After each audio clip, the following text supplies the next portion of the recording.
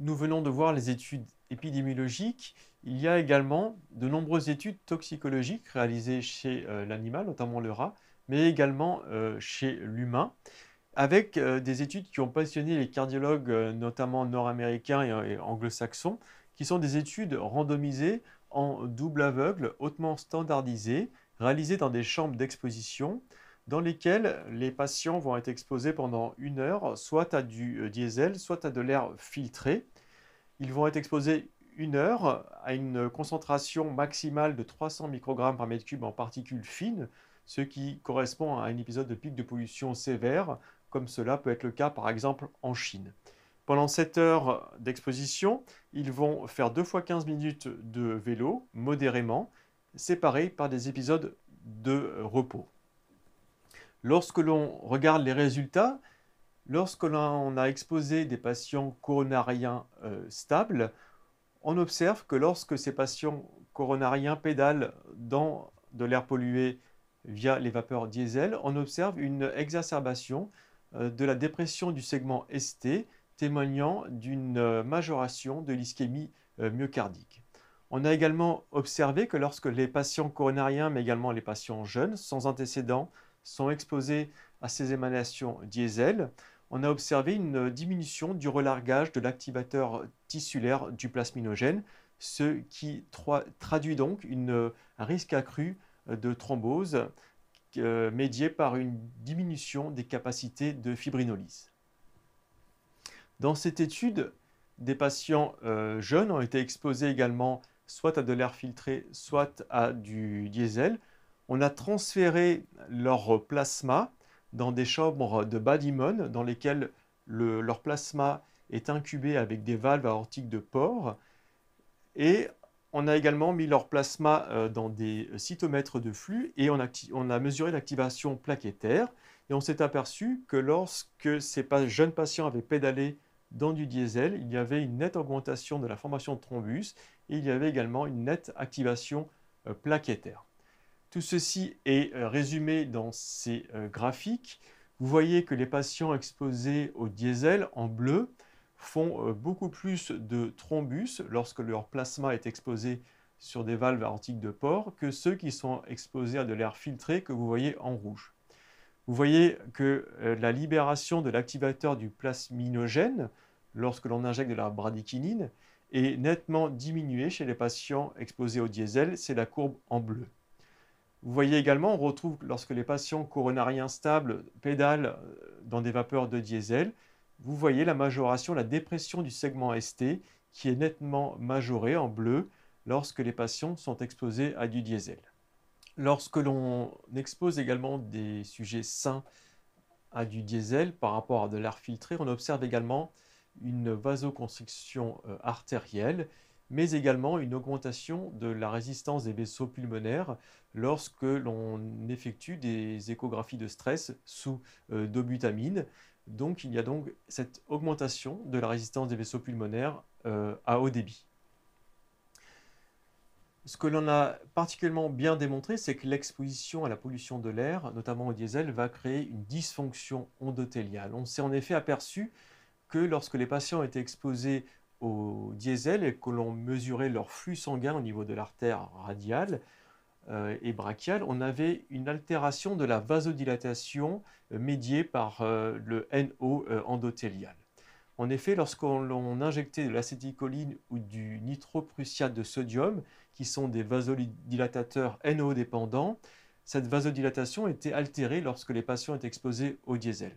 Au contraire, il n'y avait pas de modification lorsque les patients recevaient un vasodilatateur NO indépendant tel que le verapamil. Tout cela est résumé sur le schéma ici.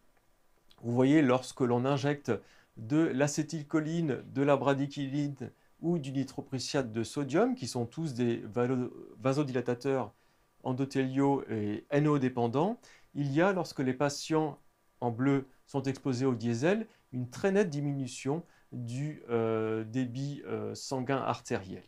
Au contraire, vous voyez qu'il n'y a pas de modification lorsque l'on injecte du verapamil, qui est un vasodilatateur, donc un inhibiteur calcique, qui ne passe pas par le NO. On a donc pu démontrer que la pollution de l'air va créer une dysfonction endothéliale via une consommation, une diminution du NO.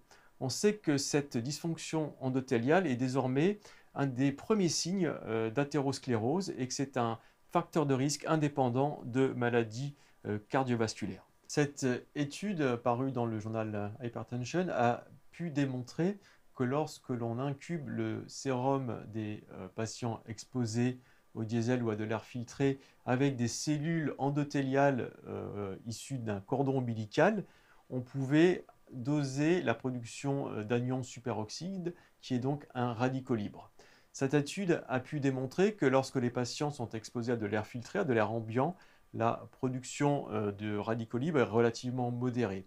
Elle va plus que tripler lorsque les patients sont exposés à de l'air pollué et elle va encore augmenter lorsque les patients font un effort de pédalage dans un environnement pollué. Cette étude a pu même démontrer une relation quasiment linéaire entre le taux de particules fines inhalées et la production de radicaux libres. Cette étude est importante, pourquoi? Car elle a pu démontrer, avec d'autres études, que le stress oxydatif, donc la production de radicaux libres générée par la pollution de l'air, va finalement piéger le NO et va diminuer sa biodisponibilité et va donc entraîner cette fameuse dysfonction endothéliale qui est un des principaux mécanismes d'atteinte cardiovasculaire liés à la pollution de l'air. Tout ceci est résumé dans ce schéma que nous avons publié avec des cardiologues de Bruxelles et des chercheurs de Harvard. On peut y voir que lorsque vous respirez des polluants gazeux, que ce soit du dioxyde d'azote, de l'ozone, mais également les particules PM10, particules PM2.5, particules ultra fines, tout ceci va pénétrer dans les poumons.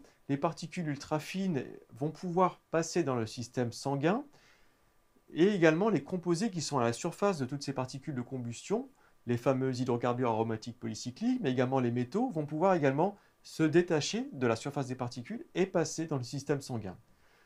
Il va en résulter une réaction inflammatoire systémique, un stress oxydatif systémique qui va, comme nous l'avons vu, pouvoir piéger le NO endothélial et donc entraîner cette fameuse dysfonction endothéliale. Cette dysfonction endothéliale va donc altérer la régulation du débit sanguin au niveau d'organes tels que le cœur et le cerveau et va donc déjà constituer un facteur de risque cardiovasculaire.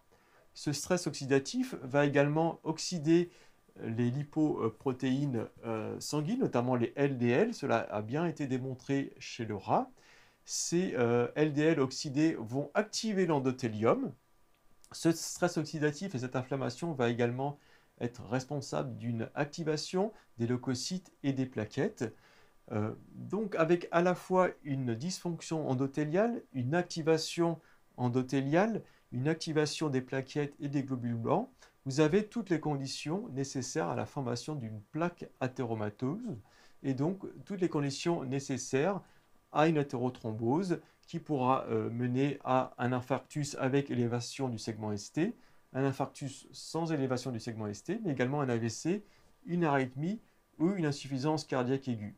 À côté de ça, vous avez également une activation des récepteurs sensitifs au niveau des alvéoles pulmonaires qui vont déclencher un arc réflexe au niveau du système nerveux orthosympathique avec une dérégulation de la balance ortho- et parasympathique qui va être responsable d'une activation disproportionnée du système nerveux orthosympathique avec comme résultante une augmentation de la pression artérielle et vraisemblablement la baisse de la fréquence de variabilité cardiaque dont nous avons vu qu'elle était un marqueur de vulnérabilité cardiaque. Donc sur ce schéma sont un peu représentées, synthétisées toutes ces composantes.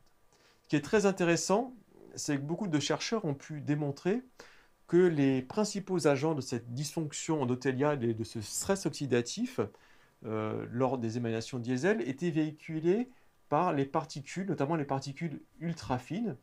Et certains chercheurs, notamment dans cette étude, ont pu séparer les différents composés des particules diesel et ont bien démontré que c'était les composés de surface, notamment les fameux hydrocarbures aromatiques polycycliques qui étaient responsables des principaux effets cardiovasculaires de la pollution de l'air.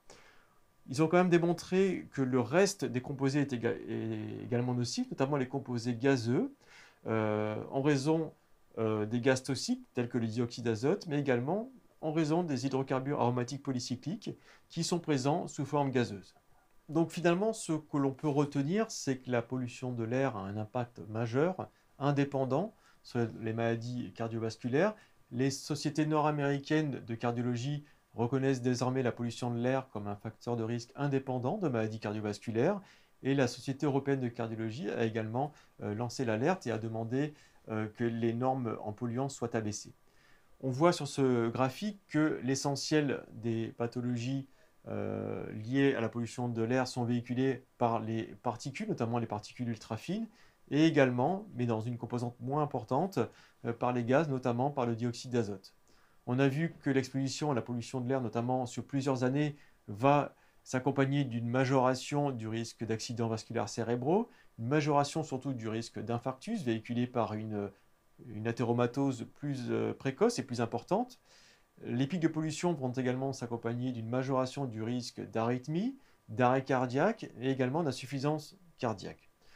Nous avons vu que parmi les polluants les plus dangereux sont les particules de combustion, notamment les particules ultrafines, les particules diesel, car elles sont très petites et vont contenir à leur surface les fameux hydrocarbures aromatiques polycycliques, très toxiques, mais également en raison du dioxyde d'azote, qui est, rappelons-le, en ville, émis essentiellement par le trafic routier, notamment diesel.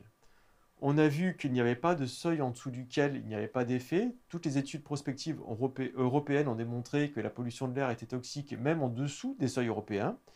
Et on a vu que les patients jeunes et sains étaient également affectés, notamment pour un effort bref, un effort d'1 heure. Donc on peut en tirer que même faire un effort lors d'un pic de pollution pour quelqu'un de jeune et de sain présente déjà des risques au niveau cardiovasculaire. On a vu l'effet des particules ultrafines. Le paradoxe, c'est que ces particules ultrafines, elles sont complètement sous-estimées actuellement dans l'air ambiant. Vous voyez ce graphique, actuellement dans l'air ambiant, vous donne des concentrations en masse de PM10 et de PM2.5 en microgrammes par mètre cube. Et vous voyez qu'il n'y a aucune corrélation entre une concentration massique en PM10 ou en PM2.5 et le nombre total de particules ultrafines. En effet, ces particules ultrafines sont trop légères, elles ont donc un poids, une masse qui est négligeable et vont complètement passer au travers des radars, des détecteurs actuels qui ne reposent que sur une masse, que sur un poids. Autrement dit, vous pouvez avoir autant, si ce n'est plus, de particules ultrafines dans un air composé de 20 microgrammes de PM10 que dans un air à 40 microgrammes de PM10. Donc les experts, notamment en cardiologie, appellent depuis notamment plusieurs années à ce que l'on dose les particules ultrafines par des compteurs à particules qui vont pouvoir dénombrer le nombre total de particules et non plus une concentration massique. Ces particules ultrafines ont vu leur proportion également augmenter par l'usage des filtres à particules. Vous voyez sur ce graphique un certain effet paradoxal qui vont avoir tendance, ces filtres, à majorer la proportion de particules ultrafines en dessous d'une certaine taille.